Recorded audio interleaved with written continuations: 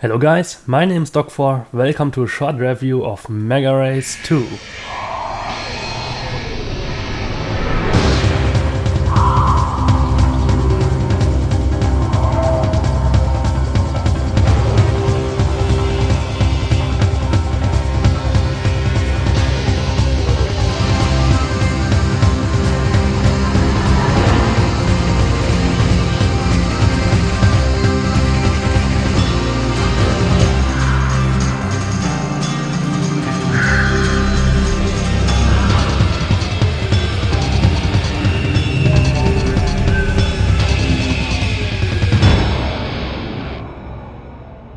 And yes, we are starting with the story chapter, since this game is built inside a TV show hosted by Lance Boyle.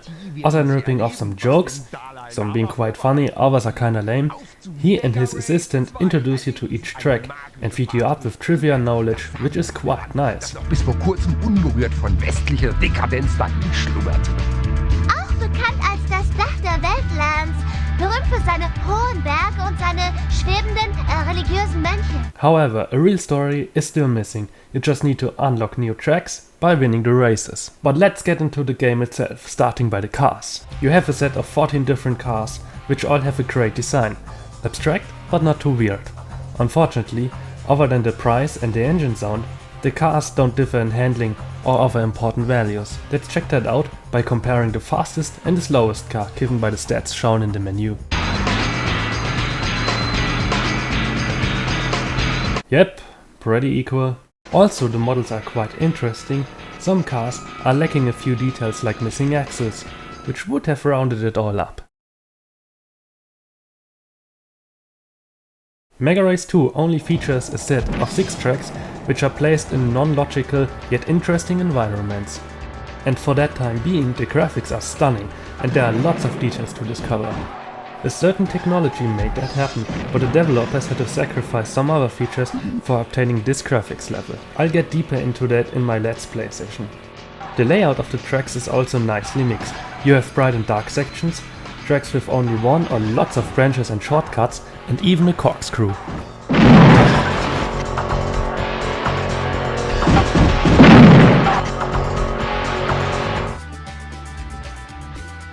The main features of MegaRace 2 are the weapons.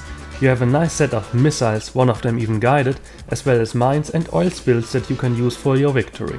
Combat racing is always lots of fun. The handling of the cars is also done really nice. With a bit of practice, you can get through corners quite nicely without having the car breaking out too much. But you can also drift and slide, which is lots of fun once you get the hang of it. The AI is just perfect. It's not too unfair for beginners, and for long-term players like me, they are still competitive. Also, you sometimes get surprises with dudes going backwards, or even weird stuff like this here.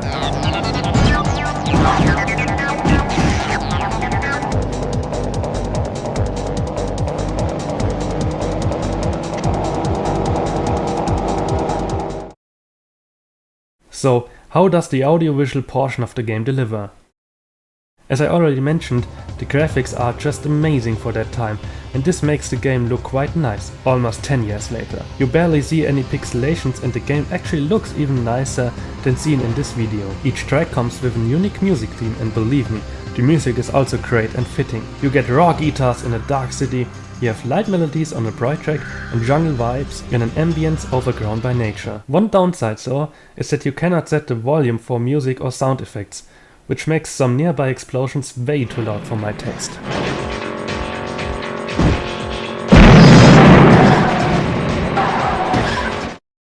So, let's draw a conclusion. MegaRace 2 is an awesome game and I still play it a lot. Even after almost 10 years of practice, the AI is still competitive, the races do not get boring. Also for 1996, when the game was released, the graphics are amazing and it comes with 6 cool music themes. Plus you get Christian Eriksen acting as Lance Boyle featured in a TV show, which is a very interesting concept. There are some minor downsides like the missing ability to adjust music or sound volume.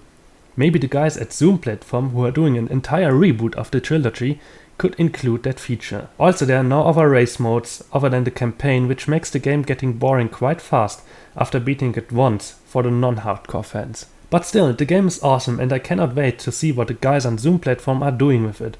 Thanks for watching and make sure to check out my Let's Play as well.